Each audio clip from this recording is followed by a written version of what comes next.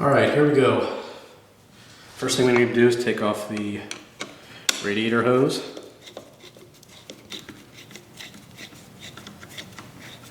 Make sure it's nice and loose. We should be able to just wiggle it off, hopefully. If not, we've got a screwdriver to help us.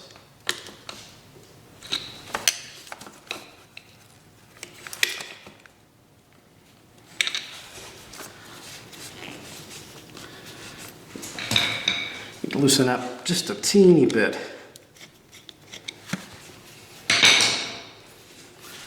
I got the camera kind of in my way. I should move that.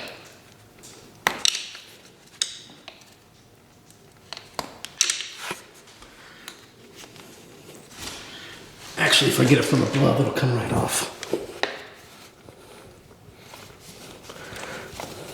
Yeah, pull the spark plug wire off.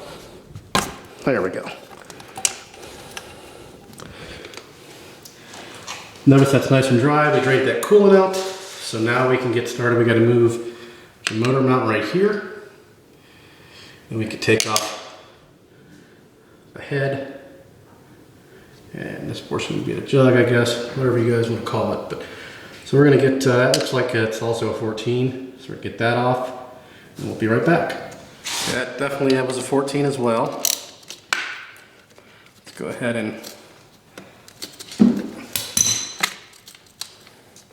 get it out of here. There you go. Put the nut back on it. And next, we are going to take off these right here, which I believe those are 10s. Maybe not. Might be 12s. Actually, no, we're going to take off. We'll take out the plug. Move this out of the way. And then we'll take off the head, and they'll go from there. So we'll be right back. All right, we've got the two on the other side removed. And I think this has probably been opened up before because these were pretty tight. They actually required quite a bit of force and they really shouldn't be that tight. I'll have to find out what the torque specs are on them. And definitely do that once I put it back together. Before I put it back together, let's go ahead and we don't want to put a screwdriver in there, but we need to get this popped up. This is usually, like I said, a lot easier with the motor out. We just give it up. Okay, we've removed the nuts on the head. Now we've removed 3 of the 4 on the jug here. Here's one that we've removed. Here's the other one, which the stud, the whole entire stud came out with it. Typically, not all the time, but when I see something like this, that definitely tells me there's been a lot of water in there.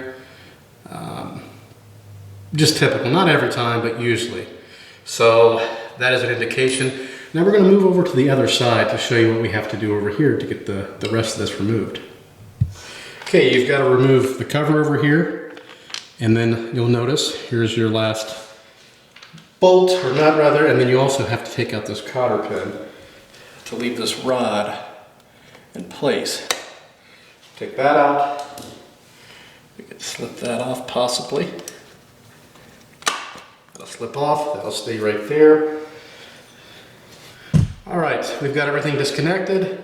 Go ahead and start removing your head. Now, if you want to make your life easier, I would suggest loosening this motor mount or taking it off, because this, where the head meets the motor mount, I didn't realize it. It actually has a groove here that you have to spread them out pretty far to get it over. Now, if you had them off completely, it would just pop right up. But in this case, that didn't happen. So we've got it there. Got it out of the way. And I still may have to take it off. That looks pretty clean. Looks almost too clean. So, but the gasket looks pretty cruddy. Probably can't see in the camera, but it's not a great looking gasket. So we got that off. Now let's try to get this out without having to take that motor mount off. Don't know if I can. I may end up having to take it off anyway. Yeah, I think I'm gonna have to take that off and the rads off, which I didn't want to do. But in order to get this to clear, I need to either take the rads off or move them. So I'm gonna go ahead and just take them off. Make my life easier. It'll go in much easier. So we'll be right back. We'll show you how to take those bad boys off.